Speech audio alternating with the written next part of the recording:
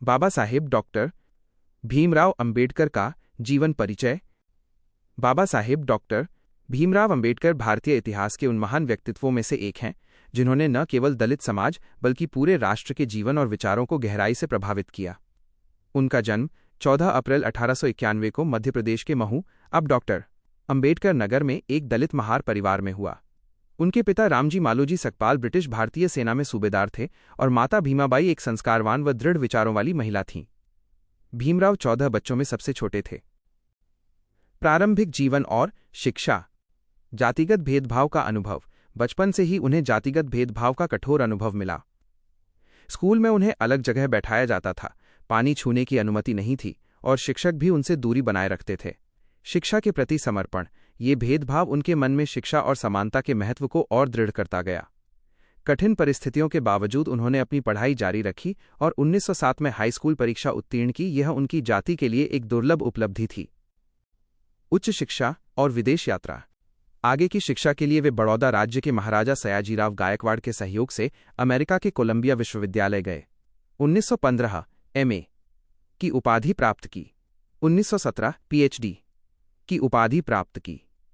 इसके बाद वे London school of economics और ग्रेज इन में कानून की शिक्षा हेतु गए, जहां से उन्होंने डीएससी और बैरिस्टर एट लॉ की डिग्री हासिल की।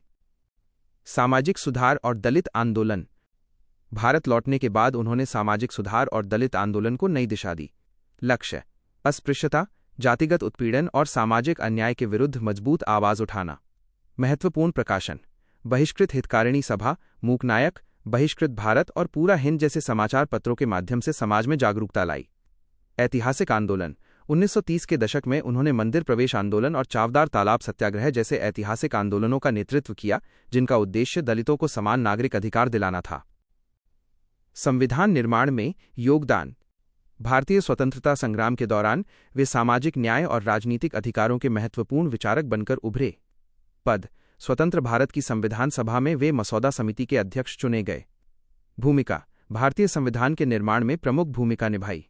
मूल सिद्धांत: उन्होंने संविधान में समानता, स्वतंत्रता, न्याय, शिक्षा, दलित अधिकारों और स्त्री स्वतंत्रता के सिद्धांतों को केंद्रीय स्थान दिया। उपाधि: इसीलिए उन्हें भारतीय संविधान का वास्तुकार कहा जाता है। कानून मंत्री और अंतिम वर्ष। पहला कानून मंत्री। स्वतंत्रता के बाद वे देश के पहले कानून मंत्री बने, लेकिन हिंदू कोड बिल जैसे सामाजिक सुधारों पर असहमति के कारण उन्होंने इस्तीफा दे दिया। धर्मांतरण।